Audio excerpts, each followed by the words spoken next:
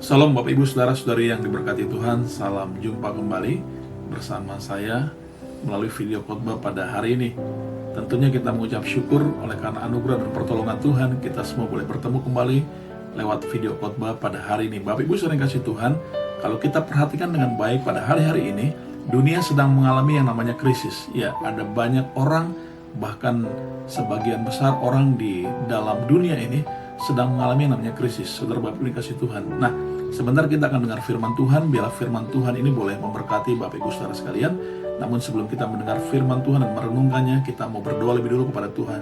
Mari kita berdoa. Bapa di surga, kami datang kepadamu mengucap syukur buat hari yang kau beri, mengucap syukur buat segenap anugerah dan pertolongan Tuhan, sehingga kami semua boleh ada hari ini oleh karena kemurahan Tuhan. Dan kami saat ini mau dengar firman Tuhan. Biarlah Tuhan menolong kami, menuntun kami waktu kami mendengar firman-Mu. Kami boleh diberkati, kami boleh dikuatkan kembali. Dan Tuhan Yesus, mari urapi hamba-Mu yang akan menyampaikan firman Tuhan, sehingga kami yang mendengar maupun hamba-Mu yang menyampaikan boleh diberkati lewat firman Tuhan pada hari ini.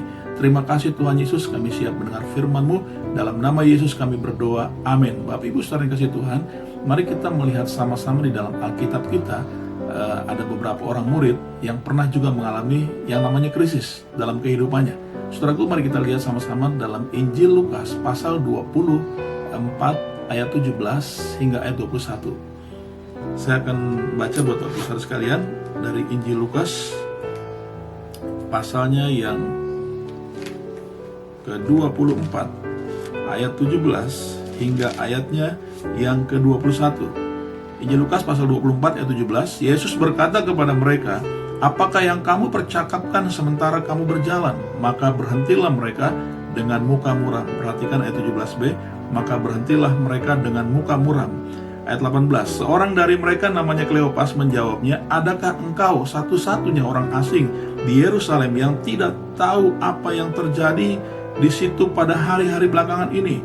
Katanya kepada mereka, "Apakah itu?" Jawab mereka, "Apa yang terjadi dengan Yesus orang Nazaret? Dia adalah seorang nabi yang berkuasa dalam pekerjaan dan perkataan di hadapan Allah dan di depan seluruh bangsa kami. Tetapi imam-imam kepala dan pemimpin-pemimpin kami telah menyerahkan dia untuk dihukum mati, dan mereka telah menyalibkannya." Ayat 21, perhatikan dengan baik. Padahal kami dahulu mengharapkan. Ya, perhatikan kata padahal kami dahulu mengharapkan bahwa dialah yang datang untuk membebaskan bangsa Israel. Tetapi sementara itu telah lewat 3 hari sejak semuanya itu terjadi. Saudara Bapak kasih Tuhan, kita melihat di sini 2 orang murid Yesus yang sedang berjalan menuju ke sebuah kampung yang namanya Emmaus pada waktu itu.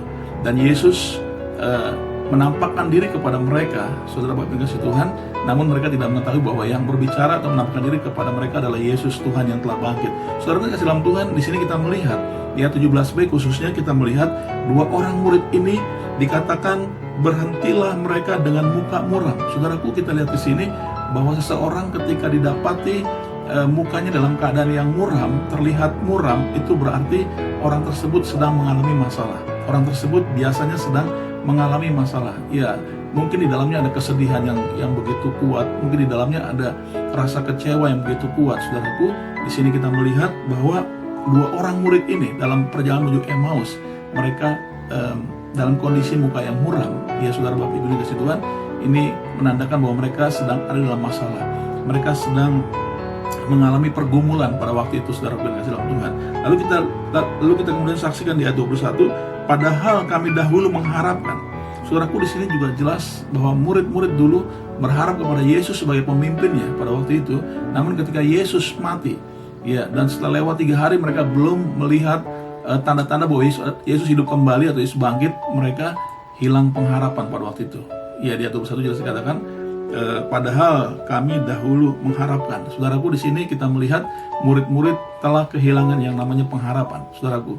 Lalu kemudian ayat 17b, muka yang muram menunjukkan mereka dalam kesedihan, dalam kekecewaan yang begitu kuat. Sehingga di sini kita melihat bahwa 2 murid Yesus ini sedang mengalami yang namanya krisis. Nah, saya mau beritahu arti kata krisis dalam Kamus Besar Bahasa Indonesia. Saudaraku, di situ dikatakan sebagai keadaan yang berbahaya, sebagai keadaan yang genting, kemelut, juga dikatakan sebagai keadaan yang suram. Dan juga dalam arti yang lain, krisis dalam bidang lain diartikan sebagai sebuah kemerosotan, sebuah penurunan.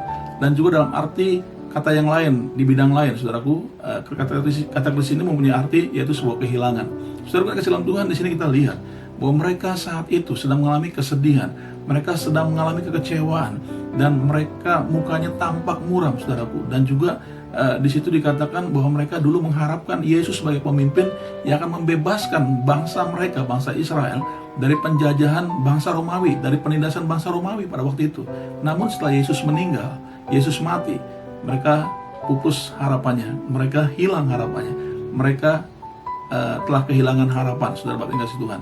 Nah, saya mau katakan bahwa dua orang murid ini sekali lagi, mereka dalam situasi dan keadaan yang sedang mengalami krisis, saudara Bapak Ibu yang kasih Tuhan. Saudaraku, saya melihat juga pada akhir-akhir ini, dunia sedang mengalami krisis akibat wabah COVID-19 yang cukup panjang dan yang belum kunjung selesai hingga hari ini. Saudaraku, kita melihat dampaknya bahwa beberapa orang, kebanyakan orang di belahan dunia manapun, bahkan khususnya di negeri kita tercinta ini, ya ada banyak orang yang sedang mengalami krisis. Kalau kita perhatikan dengan baik, saudara yang kasih Tuhan, kita melihat ada banyak orang yang telah kehilangan pekerjaan, telah kehilangan penghasilan ataupun gaji, dan juga telah kehilangan beberapa hal lainnya, saudara Bapak yang kasih Tuhan. Ya, hilangnya kesehatan oleh karena wabah COVID-19. Ya, ada orang yang terkena oleh penyakit yang disebabkan oleh COVID-19 ini, saudara yang kasih Tuhan, sehingga mereka akhirnya hilang kesehatannya, saudaraku.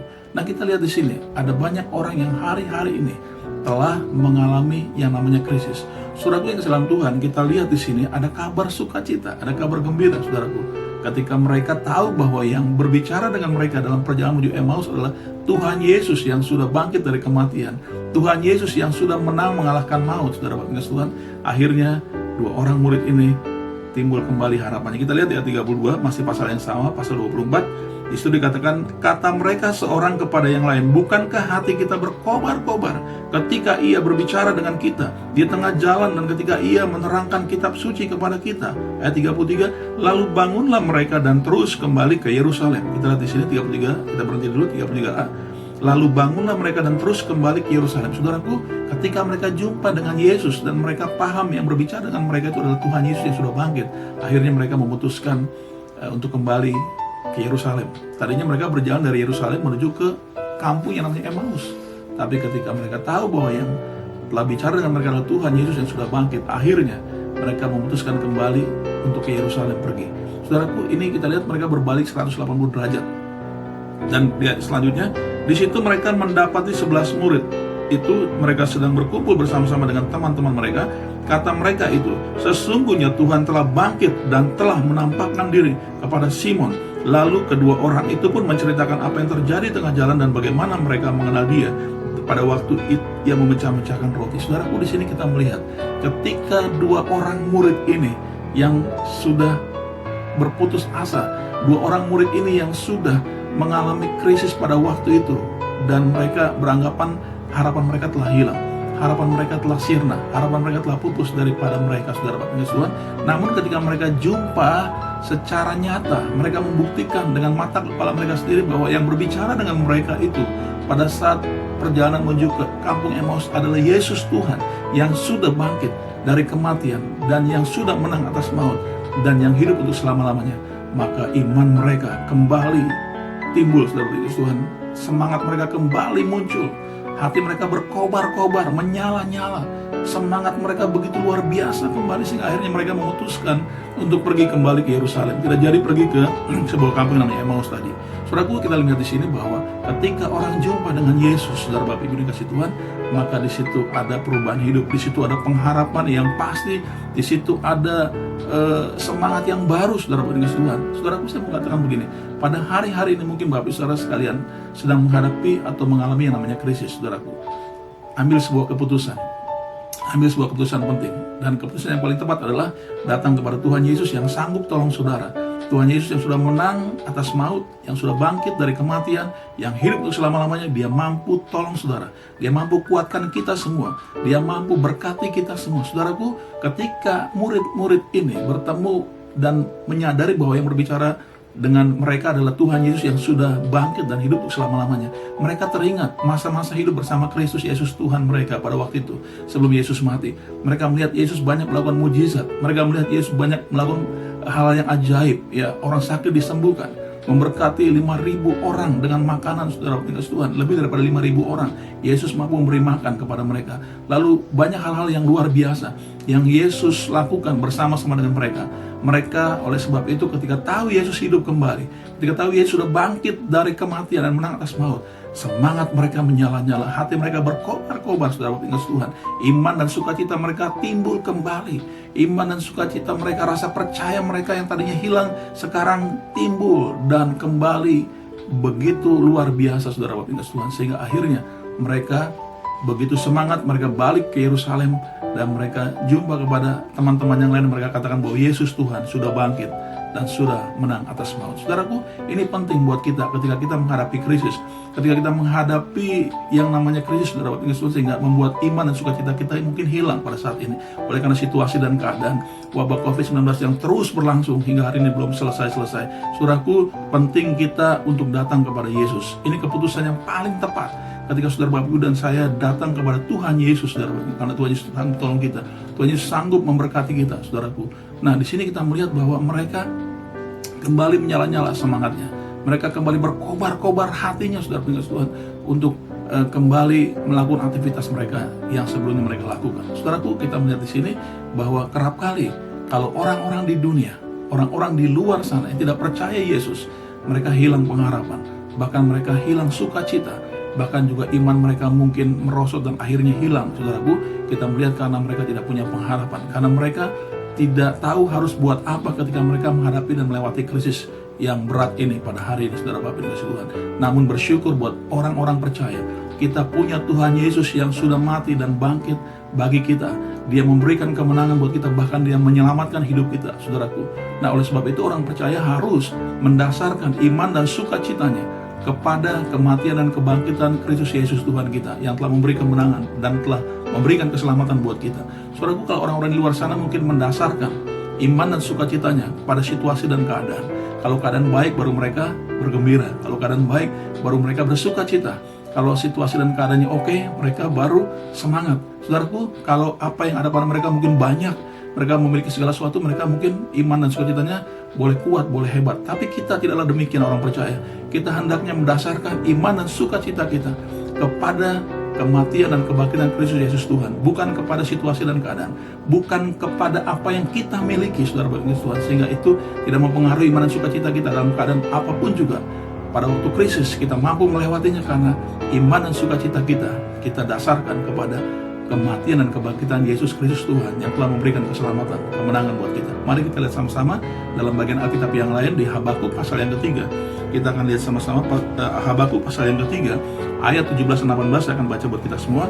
Sekalipun pohon ara tidak berbunga, pohon anggur tidak berbuah, hasil pohon zaitun mengecewakan, sekalipun ladang-ladang tidak menghasilkan bahan makanan, kambing domba terhalau dari kurungan, dan tidak ada lagi lembu sapi dalam kandang, namun aku akan bersorak-sorak di dalam Tuhan, beria-ria di dalam Allah yang menyelamatkan aku. Saudaraku, ini satu hal yang luar biasa. Ketika Nabi Habakuk melihat situasi dan keadaan yang saat itu memang sedang susah. Pada waktu itu Israel sedang mengalami kekeringan. Pada waktu itu Israel sedang mengalami musim paceklik. Saudaraku, respon dan sikap Nabi Habakuk adalah baik dan benar adanya. Nabi Habakuk meresponi semua keadaan dan situasi pada waktu itu dengan beria-ria di dalam Tuhan, bersukacita. Nabi Habakuk bersorak-sorak dalam Allah yang telah menyelamatkan hidupnya, saudaraku. Nah, ini juga seharusnya menjadi ingatan buat orang percaya ketika menghadapi krisis.